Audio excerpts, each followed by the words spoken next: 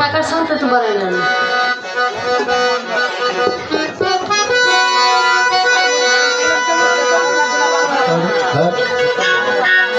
একটু বাড়াই, একটু বাড়াই, মিউজিকের শেষে সবাই নেন।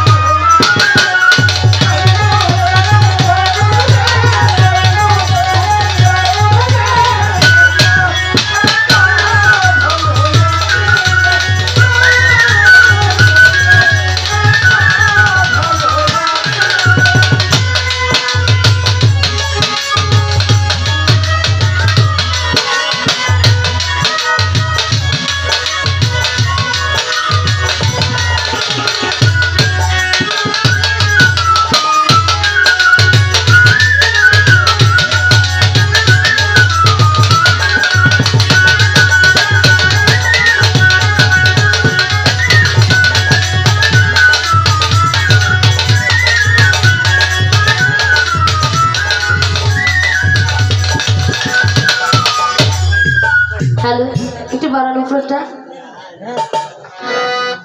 হ্যালো হ্যালো হ্যালো, প্রথমে যেরকম আসছিল ওরকম করে। আচ্ছা আচ্ছা, তো সবাই তো ভালো আছেন? আলহামদুলিল্লাহ। এই আপনার হ্যাঁ লগে করে না, আমার লগে কিছু কয়ে যে হ না। বিষয় হইল এই সরকার কয়ে গেছে, হ্যাঁ আমার মারার বুদ্ধি করছে মনে হয়। বন্ধনা গান আসছে, বন্ধনা গান রেখেছি, তারপরে একটি দয়াল নবীর নাম বা শান রেখেছি। তার যিনি আজকে আমার সাথে গান করতেছেন, আমার বোনের সাথে আমার কখনো দেখা হয় নাই, কখনো দেখা হয় নাই, কথা হয় নাই, চেনা হয় নাই, জানা হয় নাই, আজকে কিছুক্ষণ আগে দেখা। তনি সর্বপ্রথম ওইটা বলতেছে এই মিউজিশিয়ান যারা আছেন তারা আমার সাথে আসতে বাজে, ওনার সাথে জোরে জোরে বাজে। আচ্ছা আমি কি একবার বলছি আমার সাথে আপনারা জোরে জোরে বাজান? তাহলে এই কথা উনি বলবে কেন? এই কথা উনি বলবে কেন যে আমার সাথে ছোট বাজাবেন, ওনার সাথে বড় বড় করে বাজাবেন? এই পায়ে পাড়াতে ঝগড়া করার মতো মেয়ে আমি না। আচ্ছা যাক, এই কথা হলো। আবার বলতেছে প্রতিপক্ষ শিল্পী বলবে তার নাকি ঠোসা ঘুরে গেছে। হ্যাঁ, সাধকের একটা গান আছে, যার সাথে নাই প্রেম প্রীতি তার পূজায় কি মন বসিবে। আপনার সাথে দেখা হইলো না, জানা হইলো না, প্রেম হইলো না, প্রীতি হইলো না, আপনার আমি প্রতিপক্ষ বলার দোষটা হইলো কি? আপনার সাথে আমার প্রেম হবে, ভালোবাসা হবে, মহব্বত হবে, মাখামাখি হবে, তারপর আপনি আমার পক্ষ হয়ে যাবেন। আপনার সাথে প্রেম হবে, ভালোবাসা হবে, তারপর আপনি আমার সাথে এক হয়ে যাবেন, এক হয়ে যাবেন। তাহলে এখানে প্রতিপক্ষ করে দোষটা হইলো কি? আবার কয় গান গাইছে, এই একটা বিষয় খারাপ লাগছে। খারাপটা হইল সাধকের একটা গান গাইছে, এই ব্রাহ্মণবাড়িয়া ডিস্ট্রিক্ট আমার বড় ভাই শাহজাহান সাধু সরকার, তিনি একজন শিল্পী, ওনার সাথে অনেক গান করেছি। তিনার একটা লেখা গান দয়ার নবী মায়ার নবী, এই গানের একটা কথা আমি বলি নাই, 4 কলি গান আমি 3 কলি বলছি। আচ্ছা আপনি এই গানটা পেজ ধরলেন, যিনি সাধকের সাধক মহাসাধক জ্ঞানের প্রতি প্রাপ্তবাড়ি দেওয়ান সাহেব, তার যে একটা গান আমি একটা কলি কম গাইছি, একটা কলি কম গায়ে 3টা গাইছি, যাতে গানটা শর্ট শর্ট হয়, আপনিও গাইতে পারেন। ওই গানের পেজ ধরলেন না, শাহজাহান সাধু সরকারের একটা গানের কথা কম কইছি, এইটা আপনি পেজ ধরছেন, এটা আপনার কাছে খারাপ লাগছে।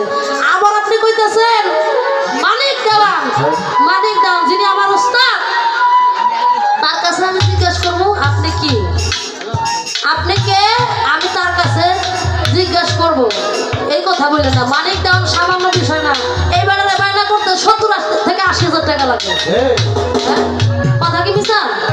আমার বাবারে বায়না করতে গেলে 70 থেকে 80,000 টাকা বায়না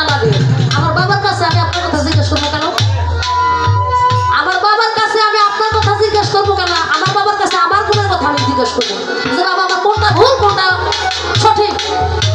আপনি আপনাদের দেশের মানিক দেওয়ান তো আমার বাবা তো পটুয়াখালীর, আপনি তার কাছে জিজ্ঞেস করেন যে তার মেয়ে রুনা দেওয়ান কি, তার কাছে জিজ্ঞেস করেন তার মেয়ে রুনা দেওয়ান কি। এই কথা আপনার শিখাই দিলাম।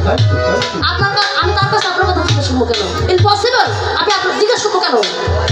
প্রথমে যদি আপনি পায়খানা দেওয়ার কাজ করেন সারা তো বাকি আছে। হ্যাঁ, বিষয় হলো বাউল গানটা হলো প্রেমের মধ্যে ভালোবাসার মধ্যে, এখানে কোনো পারাপারি রাগারাগি নাই। আপনি আমার কথা জিজ্ঞেস করতে পারেন, কারণ বাউল গানটা হলো বিচার গান। আগে গানের কথায় কথায় বিচার করে গান। আপনি আমাকে একটা জ্ঞানের কথা জিজ্ঞেস করতেন, একটা ভালো কথা জিজ্ঞেস করতেন, যেই কথা বললে নাকি মানুষ কিছু পায়। এই যে আমি শাহজাহান সাধুর একটা গানের অন্তরা কই নাই, আপনার কথা মনে হইলে নবী বুক বেসে যায় নয়ন জলে। আচ্ছা, আমার নবীর প্রতি যে আমি ভালোবাসা দেখাইলাম, মহব্বত দেখাইলাম, এটা কি আপনার গায়ে লাগে নাই? হ্যাঁ, আপনি আমার গানে ভুল করলেন, আবার বললেন আমার দয়াল আমার আল্লাহ পাক লক্ষাধিক ফেরেশতা নিয়ে কি দয়াল মুর্শিদ আয়রে এই কথা বলেছেন? না, আমার আল্লাহ পাক সূরা আহজাবের 56 নাম্বার আয়াতে আপনি পড়ে দেখবেন, ওইখানে আমার লক্ষাধিক ফেরেশতা নিয়ে আল্লাহ কি বলেছে। সুবহানাল্লাহ, সুবহানাল্লাহ। বুঝতে হবে। তো যাই হোক, আগে একটা গান গাই। আপনি তো গান আমার শুনাইছেন, আবার কয় এই আপনি বয়ান দিয়ে যদি কথা কন তাহলে তো মানুষে কি কইব। আপনি আমি যে নিজে কথা কইতেছি, আমার সরকার সাহেবের কইতেছি, ভাই আজকে পরিবেশটা অনেক সুন্দর, মানিকগঞ্জের মতন পরিবেশ। আমি এই কথা কইছি, এটা আপনি খেয়াল করছেন।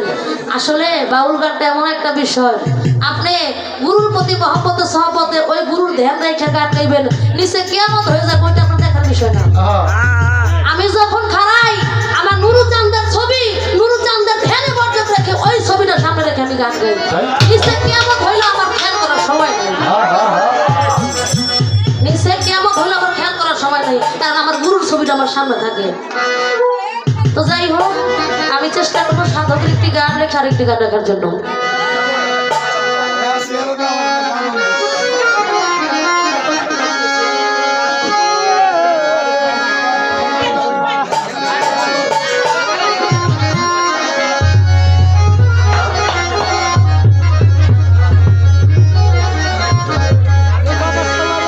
স্মরণে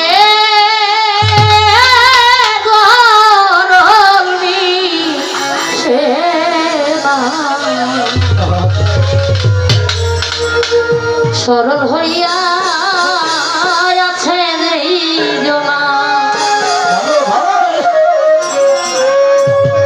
সাধক কি বলেছে, সরলে গরম মিশে না। যার ভিতরে সরল স্বভাবটা ঢুকে যাবে তার কোনো ওইখানে গরমের ভাব থাকবে না। সাক্ষী আছে তোদের ভান্ডারে ভোলাবো, ওই সাক্ষী আছে তোদের ভান্ডারে গুরুচাঁদ বাবা উপরে বসে মাখন সরল হইয়া আছে ওর সরলে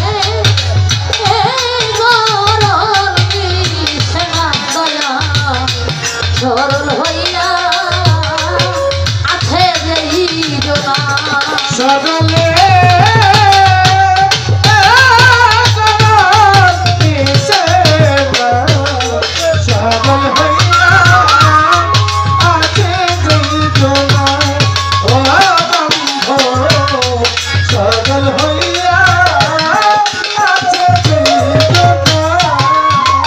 জলের কাকা পদ্ম পুষ্প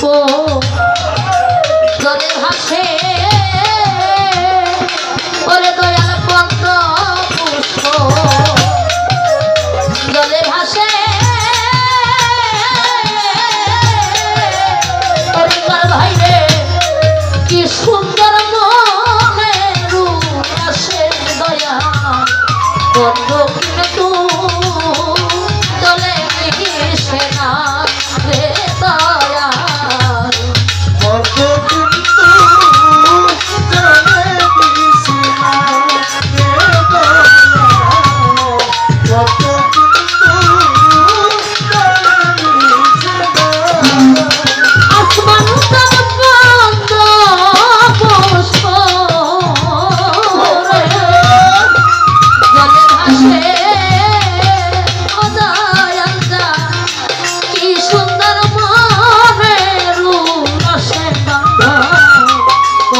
কিন্তু জলে মিশে না ওরে কার কামভাবেতে মন বাইজা আছে রে ভোলা মন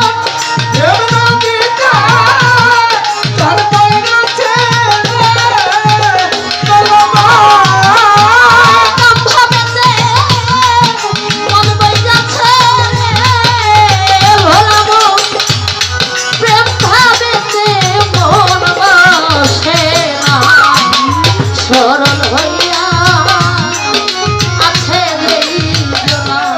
রে দয়া সরল হইয়া আছে জনা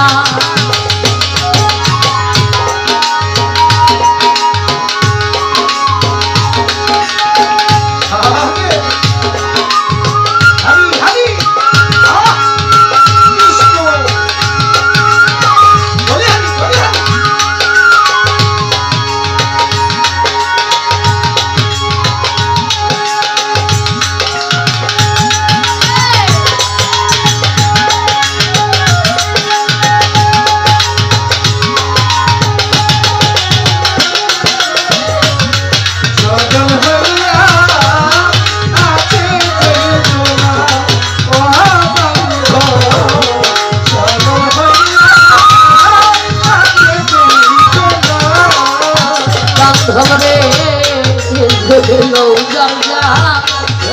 গুরুর কাছে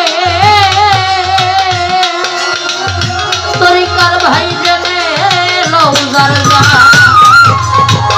গুরুর কাছে ধরে ওই সাপের মাথায় ব্যাগ মাছ কাছে দয়া তবু সাপে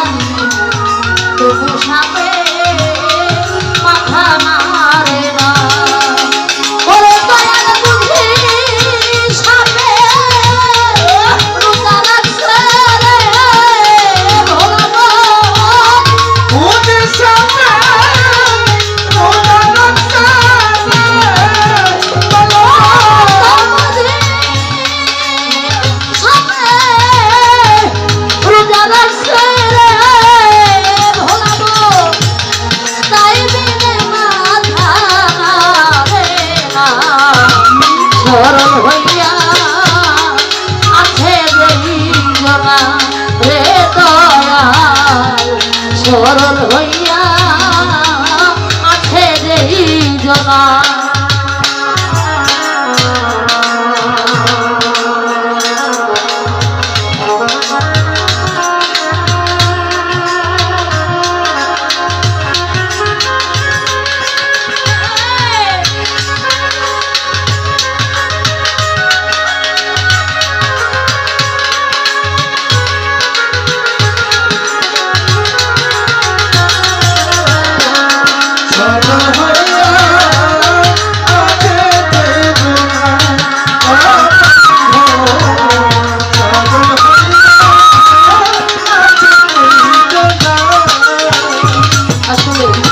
বাউল গান ধর্মীয় গান এই গানের মধ্যে গানে গানে কথা সরল হইয়া আছে যে জনা জেনে নাও যার যার গুরুর কাছে বাজান আমরা ওলি আল্লাহর দরবারে ঘুরি এই কথাটা বাস্তব ওলি আল্লাহর দরবারে ঘুরি আমরা অনেকে আছি মাজার বিশ্বাস করি না এটা তো বাড়ান উপরেরটা বাড়ান লাগে নিচেরগুলা কমান এই সাউন্ড ভাই একটু বাড়ান ওলি আল্লাহ দরবারে ঘুরি, মাজারকে বিশ্বাস করি না, আহলে বায়াতকে বিশ্বাস করি না। আমার ছোট মুসা নবীর আমলে মুসা নবী আল্লাহর কাছে বলতেছে, মালিক আস্তে আস্তে, মুসা নবী আল্লাহর কাছে বলতেছে, আল্লাহ গো, এই দুনিয়ার মধ্যে মানুষ সৃষ্টি করলা, তৈরি করলা, তাহলে এখানে তো কোনো বাবা মায়ের দরকার ছিল না, তোমাদের রহমতে বরকতে কুদরতের মাধ্যমেই মানুষ সৃষ্টি করতে পারবে। আমার মুসা নবী আল্লাহর কাছে বলতেছে, আল্লাহ তাহলে এই যে বাবা মায়ের যে একটা মহব্বত দিলা, বাবা মায়ের একটা উসিলা দিলা, এই বাবা মায়ের তো দরকার ছিল না। আমার আল্লাহ বললেন, মুসা আমি দুনিয়ার মধ্যে এমন কোন কাজ না আমি আল্লাহ না পারি, তোমাকে একটা নজিরা দেখাই, তুমি ওই নীল নদের কাছে যাও। মুসা নবী গেল নীল নদের কাছে। আমার আল্লাহ পাক এই বৃষ্টির মতো একটা নজিরা দেখার জন্য 6 মাসের 1 বছরের বাচ্চা নদীর ভিতরে ফেলতেছে। আল্লাহ বললেন, মুসা আমি যে এদেরকে নদীর ভিতরে রাখতেছি, ওদেরকে ফেলে দিতেছি, এখানে কি তোমার মায়া লাগে না? তুমি না নবী? বলে, না আল্লাহ, আমার তো ওদের প্রতি মায়া লাগে না। মুসা নবী, যদি এটা তোমার আপন কেউ হইতো, তোমার সন্তান হইতো, রক্তের হইতো, তাহলে কি তুমি এইভাবে দাঁড়িয়ে থাকতে? বলে, না আল্লাহ, না, আমার যদি আপনজন হইতো, সন্তান হইতো, রক্তের কেউ হইতো, আমি মুসা নবী মরে আগে ওরে বাঁচাইতাম। বলে, মুসা এর কারণে কিন্তু আমি একটা বাবা মা, একটা ভালোবাসা, একটা ভ্রাতৃত্ব বন্ধন দিয়েছি, তাই প্রত্যেকটা কাজের ভিতরে কিন্তু আমি আল্লাহ একটা উসিলা দিয়েছি। প্রত্যেকটা ভালো মন্দে কাজের ভিতরে যেমন উসিলা দিয়েছি, তাই এই আহলে বায়াতকে একটা উসিলা দিয়েছি। দেখবেন ভালো কোনো কাজে বা এই কোর্টে বলেন, যে কোনো ভালো কাজে করতে গেল কিন্তু একটা উকিল দরকার, ব্যারিস্টার দরকার। তাহলে ভালো কাজের মধ্যে আসতে হলে কিন্তু একটা মানুষের দরকার। তাই আমি এই উসিলা দিয়েছি একজন নায়েবে রাসূল মুর্শিদ। তুমি যদি ওই নিদানকালে পার হতে চাও, কারণ আমার দয়াল নবীর আমলে কিন্তু সাহাবারা নবীকে দেখছে, আমরা কি দেখছি? না, দেখছি আমরা নবীকে। নবীকে দেখার মাধ্যম কি? কামেলে মোকাম্মেল একজন মুর্শিদ। আমার আল্লাহ বললেন, মুসলমান না হয়ে কিন্তু কবরে যেও না। এই মুসলমান হওয়ার পদ্ধতি হলো কিন্তু আহলে বায়াত। আমার দয়াল নবী বিদায় ভাষণে বললেন, আমি চলে যাব, রেখে গেলাম পবিত্র কোরআন, আর রেখে গেলাম আহলে বায়াত, আহলে বায়াত, আহলে বায়াত। সেই আহলে বায়াতকে মাওলা আলী থেকে এই মুর্শিদের সিলসিলাটা আসলো। তাই জেনে লো মুর্শিদের কাছে তরিকার ভাইরে ওই সাপের মাথায় ব্যাগ নাচতেছে বাজার, তবু সাপে মাথা নাড়ে না রে দয়া, তবু সাপে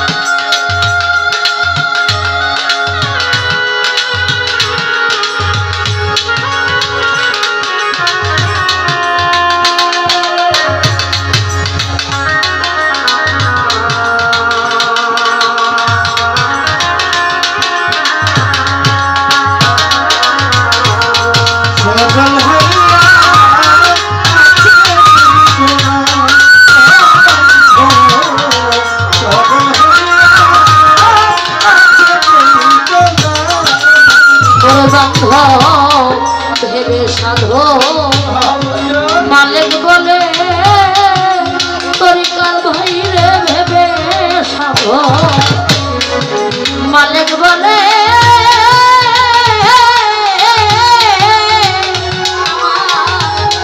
ওই আসমান কান্দে চরণ তলে বন্ধ ঠিক করিয়া লোহে বাসনা রে দয়া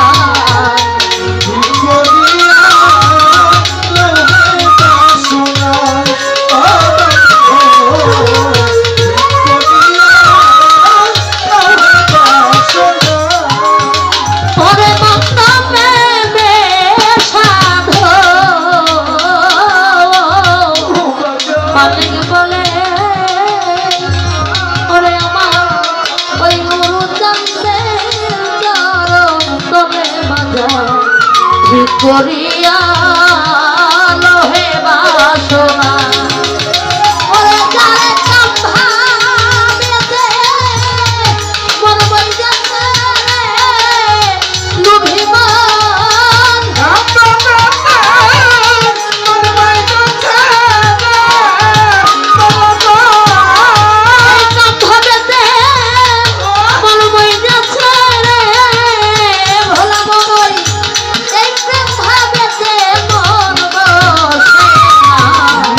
স্মরণ হইয়া আছে যেই জনা ওর স্মরণে এই করল নিশানা বাজা স্মরণ হইয়া আছে যেই জনা স্মরণ হইয়া আছে যেই জনা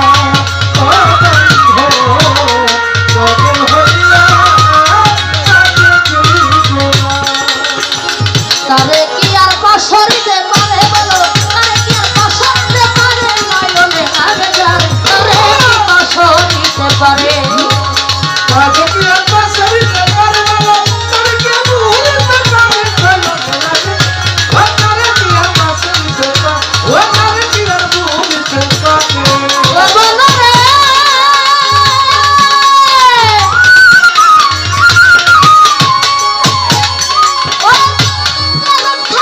সব থাকে না গায়ে এমন একটা মনের মানুষ পাইলে সংসার এমন একটা নুর সাদা সংসারে এমন একটা আসমান শাহ পাইলে সংসারে এমন একটা ভান্ডারি বাবা পাইলে সংসারে এমন একটা সিরাত গান পাইলে সংসারে আমার জীবন দেবার সৈবাদী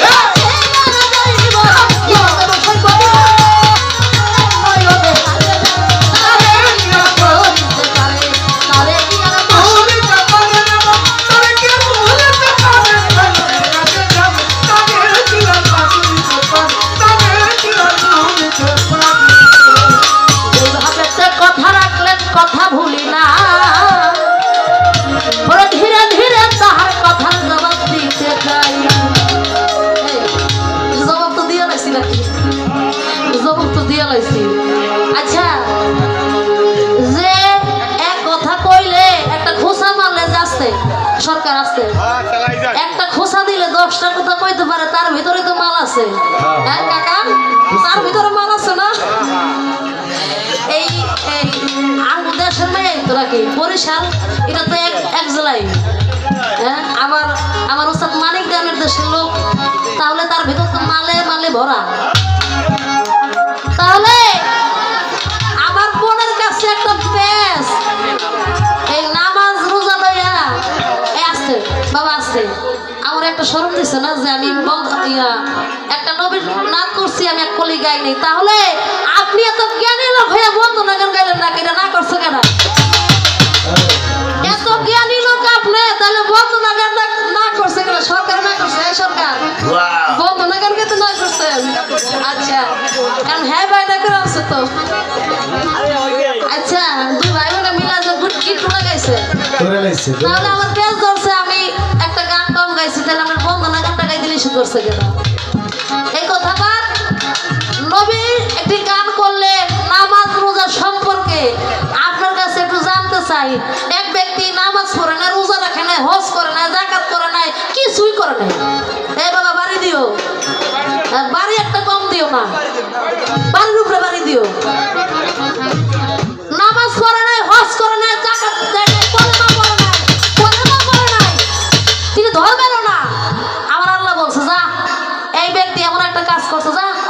দিলাম হারি যা ওই জান্নাতি ওর নামাজ রাখবো না রোজা রাখবো না হজ রাখবো না জাকাত রাখবো না কলেমাও রাখবো না যা ওর জান্নাতবাসী দে আপনার কাছে জানতে চাই ওই ব্যক্তিকে নামাজ রোজা কলেমা লইয়া যে এত কথা জানতে পারে তাহলে তো সে মালে মালে ভরা হ্যাঁ হ্যাঁ বুঝতে আপনার কাছে এইটা আমার পেশ ওই ব্যক্তিটাকে এই ছোট করে এখানে কথা শেষ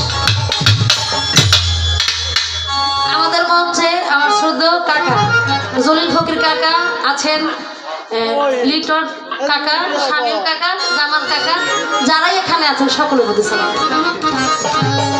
এবার চেষ্টা করব যার নামের উপরে গান সেই দয়াল বাবা আসমান শাহ রহমতুল্লাহ আলাই এই যে আমার শ্রদ্ধেয় কাকা কথা জলিল কাকা 100 টাকা দিলাম তার প্রতি সালাম বুঝতে হবে কথাটা আর একটা